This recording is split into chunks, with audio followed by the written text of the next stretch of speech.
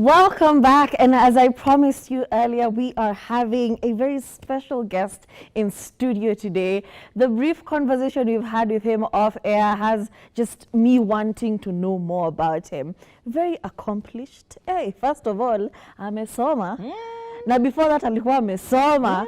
Na bado anaendelea kusoma. I'm like, enough is enough. Close the laptop. You're making the rest of us look bad. But I will not do him the injustice of introducing him. Please, welcome to our show. Thank you, Tori. Please introduce yourself. Yes, my name is Kioko Mwinzi, and thank you for having me. Yes. Yes, and I come from Kitui County. Yeah, and that's where I grew up, just like most of people, who grew up, back in the days. Yes. I grew up in Kitui County, in Mwingi North constituency. Yes, that's where I grew up. Yeah. And then you ended up umesoma ukaingia national school. Tell us about that. Yeah, so growing up, I joined school at the age of 11. Oh. Yeah, so I was always like, before me, there are other 7 kids, and they all had not been to school, And so I grew up looking at them, and I was always like wondering, what will become of me? Will I just be like them? Yeah. So at the age of 11, I was like, God, I want something different. I felt like I needed something to salvage myself and the family by extension. And so, and by coincidence, Kibaki happened. Yes. Shout out to Free primary education. Free primary education. And I joined school at the age of 11. And standard one. I did not, go through those pre-primary school. Yes. Yeah, and that's how my journey began. Wow. Yeah, all the way up to where I am right now. Okay. Yes. Already my mind is blown because 11 years, the challenges already that come with that. Were you the Yeah. oldest in your class? What was that experience like? Yeah. Usually you'll have a lot of assumptions people make when you're class 1 at 11 years old. The rest of us were joining class 1 at 4 years old. That's like a huge difference. Even your body, everything about you is different. So was that like challenging? Was that for you and for the people in your class? Were you your oldest in your class? Was it like the situation of Makibaki giving us string education, allowing for a lot more people like you there? Yeah, actually, I think I was not the oldest, but I was among the oldest. Yes, and you realize that with that generation, most of the kids who joined school at that age, most of them were already way past the school-going age. Yes. And personally, I went to 3 schools before I could get a school to admit me, because some were like, no, you will bully kids, you will do all these things. And so the school that was almost 10 kilometers away is the one that took me in and gave me a chance. Oh, wow. So now that's a daily commute. Yeah. 10 kilometers. So you do 10. Wow. So now, do you tell people that you used to work? The parents used to tell us those funny lies, all lies, stories of you have to wake up in the morning. Unatembea, you see a mnyama somewhere in the dark. I was fighting lions. You see elephants. You have to cross the rivers. Was that your experience, or was it a lot more somber? It was a bit, because we were a crew. It was me, my older brother, and another brother. So we were like 3 of us doing that, that commute every day. So it was easier for me. I was the youngest of the 3 actually. I was 11. One of them was, I think, almost 16. Yes. So it was tough, I would say. But I can't say that we would meet those weird animals.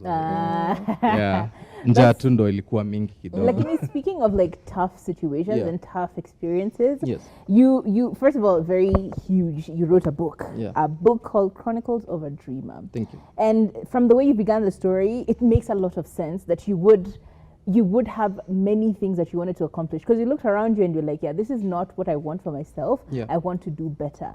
But you've just informed us in your prelogue, yani kabla hata tuanzie chapter 1, part 1, page 1, you involve us in a very intimate situation that happened to you while you had gone to school. And I know we're jumping quite ahead, but we will come back to that question. So you're no stranger to being tough, having to tough situations out. Yes. And for you to be joining class 1 at 11, and ending up at Lenana School, Yes. one of the most prestigious schools in our country, then and even now.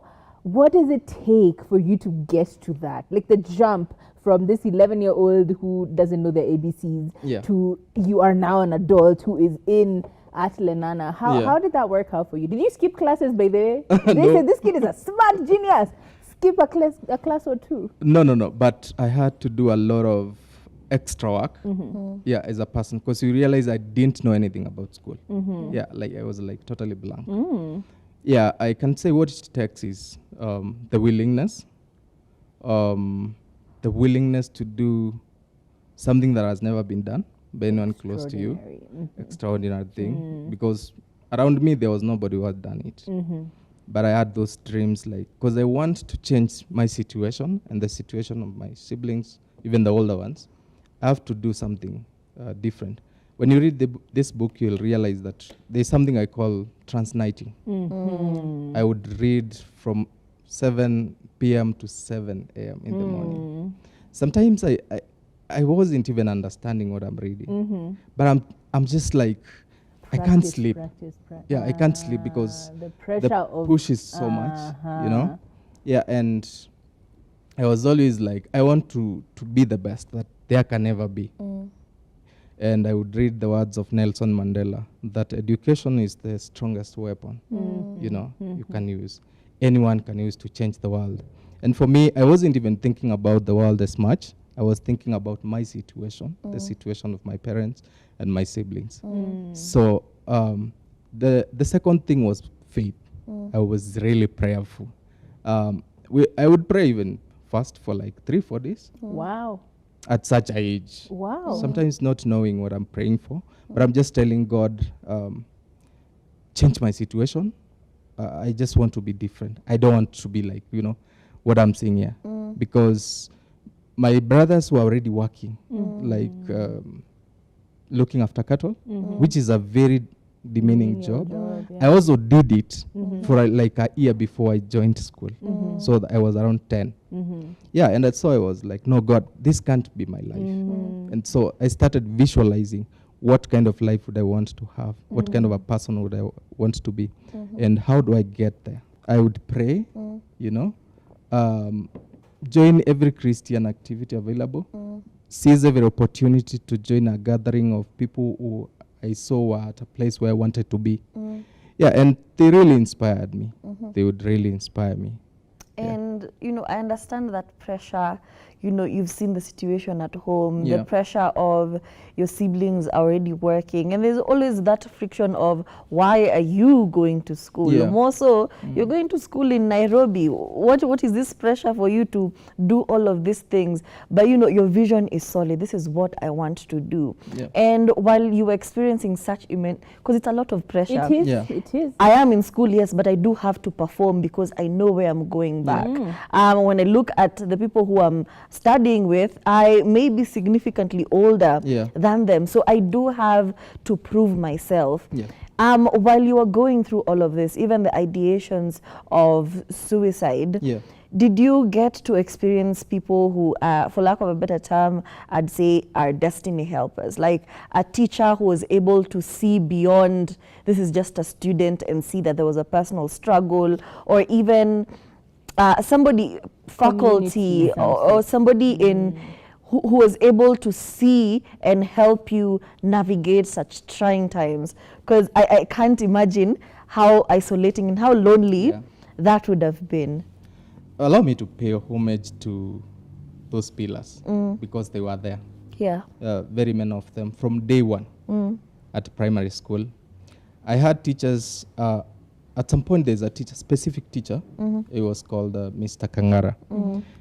That teacher would, by the time I got to standard 6, he realized I had a problem, but I wanted to succeed.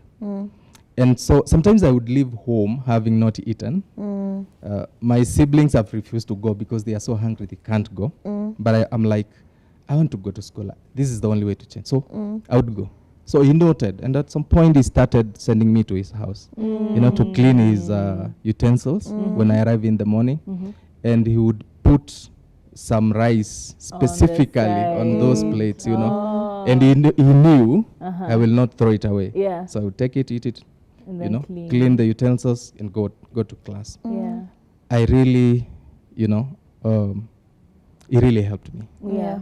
The other one is Mr. Mwangangi, who was the head teacher. He was really there for me. He really worked hard to make sure that I even got, he wanted me to get a scholarship, the Wings to Fly, Yes, with with Equity. Equity Group. But we did not succeed. Now, on to Lenana School. I went to Lenana with like nothing. So I arrived with a box that I had been given by also someone. Okay. I'll arrive at Lenana, and there's this lady. She's called Reverend Masika. She's the mother to the singer, Yes. Mercy Masika. She was teaching at Lenana at that time. And she was in charge of guidance and counseling. And this lady takes me to our office and gives me everything. Oh, wow. Like uniforms, the Supplies, soaps, everything. books, pens, and stuff. You know, I had arrived in slippers, and within no time I was wearing, you know, shoes, wow. official school uniform. And she made sure I was admitted, having not paid anything. Oh, wow. You know, and she worked with me until she retired in Form 2. Okay. Yeah, and so when she retired, that's when these struggles ideation came now, the problems, you know. But she's one person I can say she's responsible for me being admitted there. I still keep in touch with her. Yes. And I always tell her, like, you're like a mom to me. Yes. Because were it not for you, I had not eaten anything, because I was asking myself, how am I going to make it here? There was no way I was getting admitted there. But the conspiracy of God and the world, it's called the conspiracy of the universe. Yeah. To help you get what you want, used her. Okay. Yeah. So I can love say that. those were very strong pillars that got me to Lenana and onwards. They've consistently been there looking after me. Yeah. Goosebumps. I am, yeah, literally goosebumps as you tell us the story.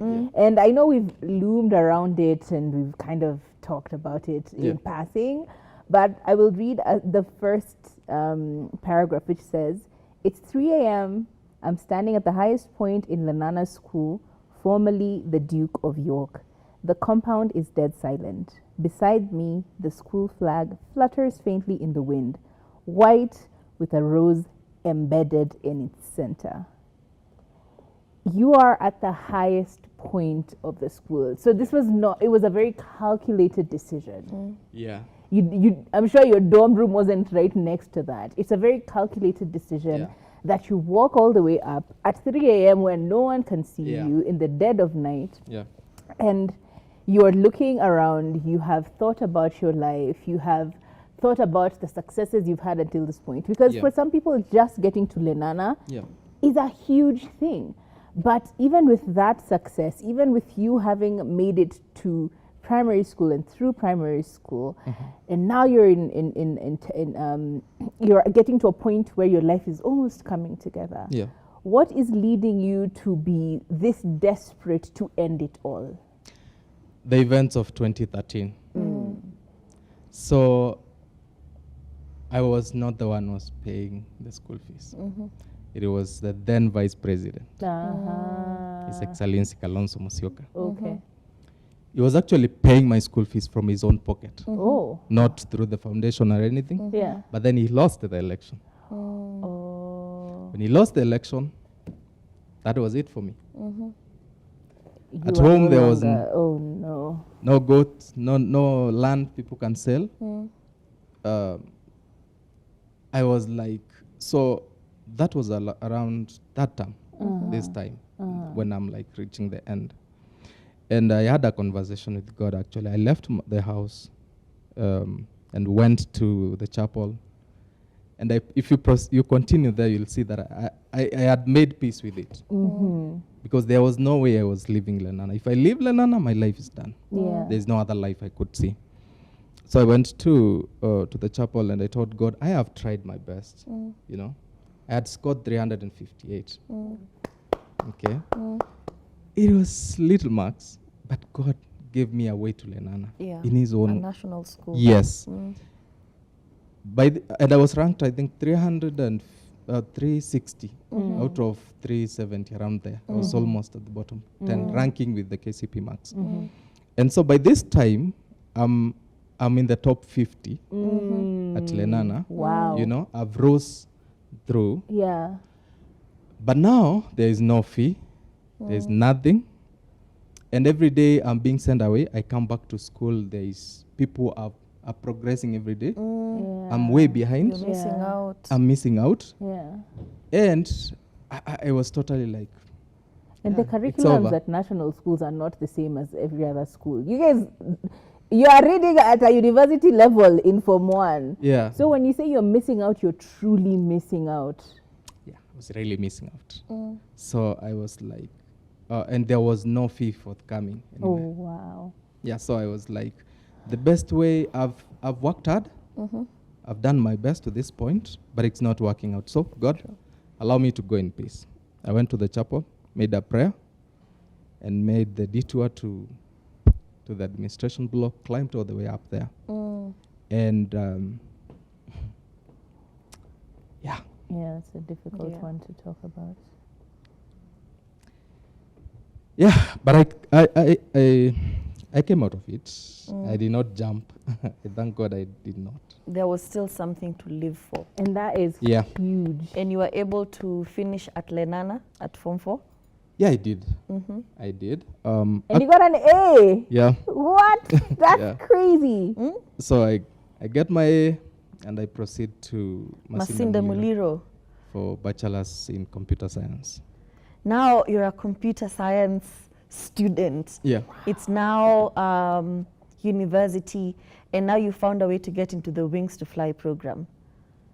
Actually, I never got the Wings to Fly. Yeah. Yeah, it never went through. But when now I transitioned to campus, the alumni of Lenana School came through. Specifically, a guy called Hilary Taylor. Shout out to Hillary. Yes, he's the guy who paid my school fees from from first year to actually fourth year. Oh, wow. Fourth year first semester. Wonderful. So there was only one semester to left. work for. Yeah.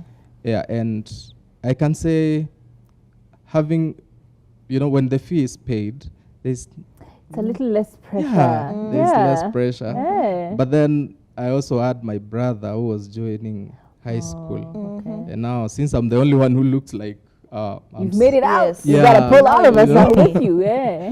Yeah, so I would use my help, to pay For his school.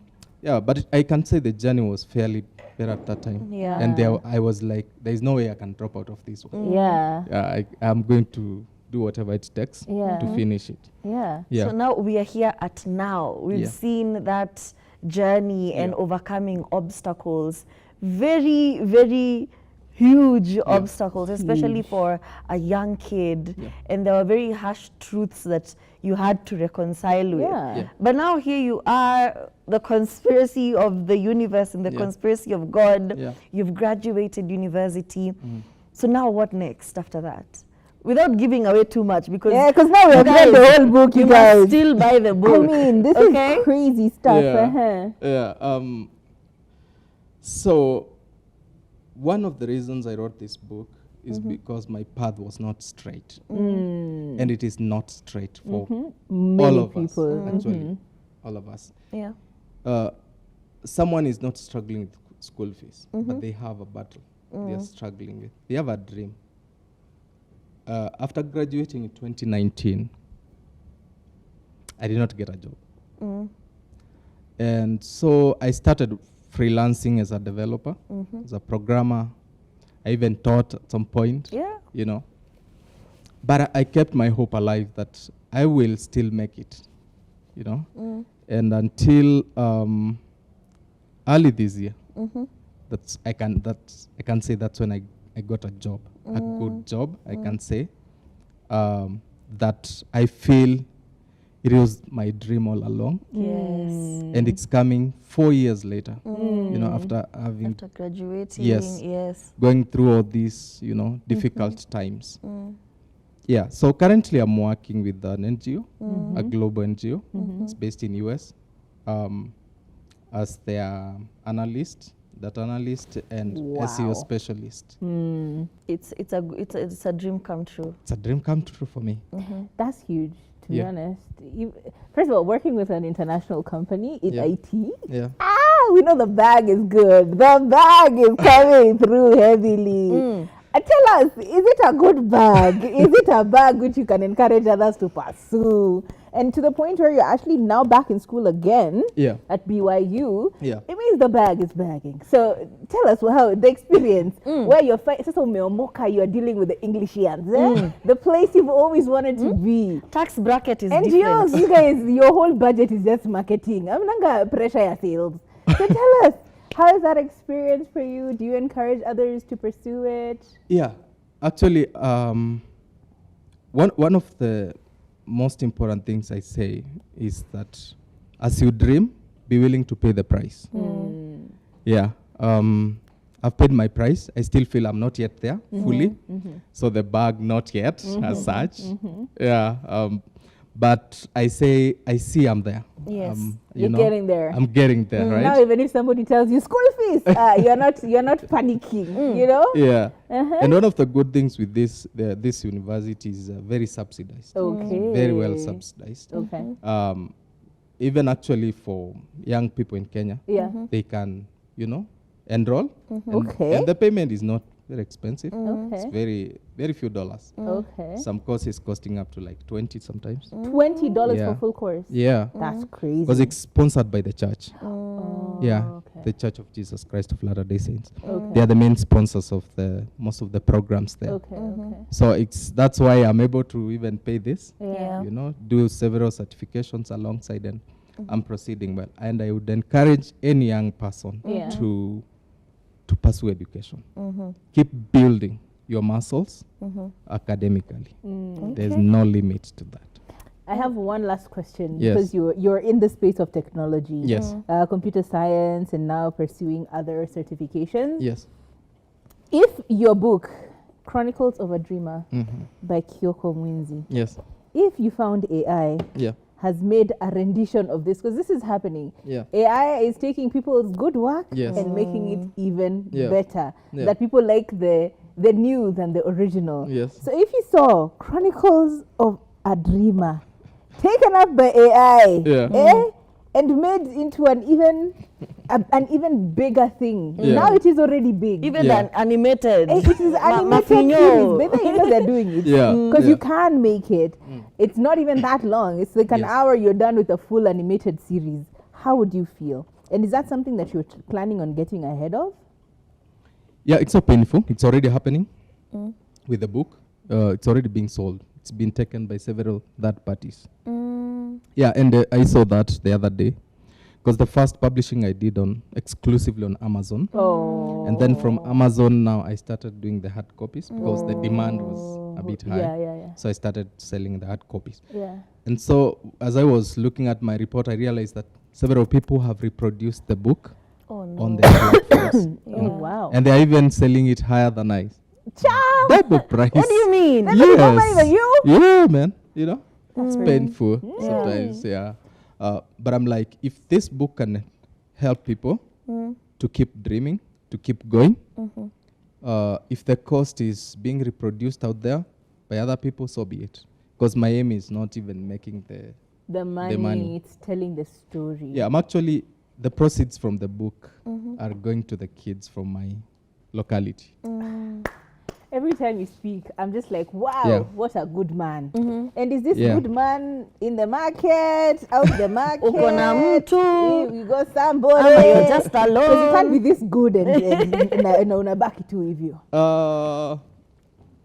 I'm still working on myself. I'm not yet there, so currently I'm not available. You're focusing on important. Yeah, I'm focusing I gotta put me first. You know? Exactly. And that is so true. Yeah. But like with all the stuff that you've gone through in this space where mental health is such a big thing, I'm curious. Sorry, I am curious to find out. Yes. Is it something that you've done? Therapy. Mm-hmm. Have you gone to therapy? Have you spoken to someone? Because it's a lot of trauma. Yes. Have you spoken to someone and have you seen any good results? Yeah, I have, by the way. And there is no fear, you know. Nobody should be ashamed of sometimes breaking down once in a while. Yeah. It's okay. Yeah, I'm a man. Part of it healing. happens. It's part of healing, exactly. And I have been through several sessions personally to get to a point I can speak about my life without breaking down. Because it's crazy. Yeah, there's a time I couldn't. I can imagine. I couldn't. Yeah, there's a specific experience of me walking from Lenana to Makongeni. Oh. Not Makongeni, way past Makongeni, a place called Matu. You know? Matu. Yeah. Matu is on your way to Mwingi. How many hours of walking? So I walked from days. 8 a.m. to around midnight. You know? From Ngong Road Yes. to Makongeni. Makongeni, past Makongeni to Matu. Matu. Past Kidimani. Matu is past Kidimani. So that experience, because it's not that I did not ask for help, you know? Yeah, I was asking for help. I had been slapped by the principal. He told me, you know, go away, man. And I was like, so I decided to go. Just go and walk and go home, you know, because I didn't have the fare. And so along the way, I'm asking people to help me just get somewhere, you know, those, the lifts, but they would just pass me. Now I decided, let me just go. So I go to Matu and I collapse because I had not eaten. Dehydration? Yeah, I'm so dehydrated. I'm literally everything. And so such things, you're a young person, you tend to ask yourself, like you don't understand why it's happening to you. Why me? Yeah. And I was a prayerful person also. I would ask God, why me? You know, what mistake could I have done? Wow. You know? So these things, they get to you.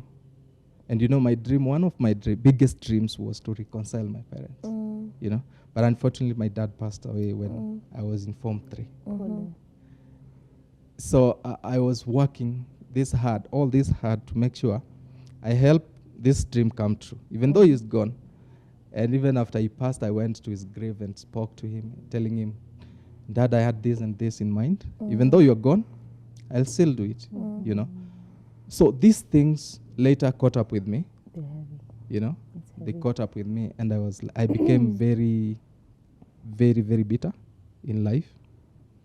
And that's when I decided, I think I need help. Yeah. I need help. Yeah. So I went to church through the church counselors. Yeah, I got several sessions booked. I still attend sessions. You should. I still do. It's important. Yeah. But even telling that story with a straight face and not crying, oh my God, I'm holding back tears. You guys need to get this book. You guys need to get this book. And where do people follow you on social media to hear more of your stories? And to purchase a copy. Where do we get it? So you can get an e-copy on Amazon. It's available.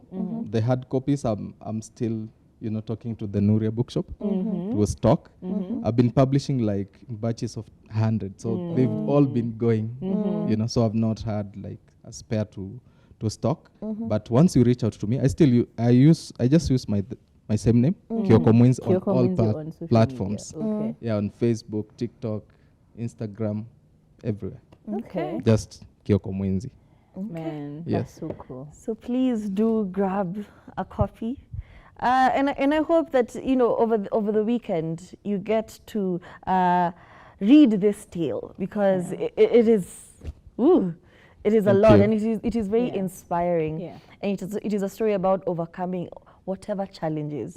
There's nothing too big that you cannot overcome. But in the moment, it feels this is do or die. Yeah. There's nothing in the horizon. Yeah. But once you get over it, and you're like, oh, it wasn't that bad actually. You know? Or it was bad. It was bad, but I was bad. But I got through this.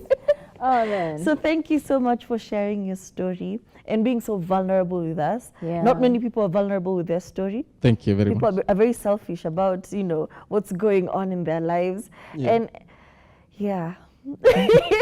I really do hope that an audiobook comes out, because Yes. you telling the story in your own voice Yes. can also, there's just a way you are delivering the story that Yes. it can be lost in text. Yeah.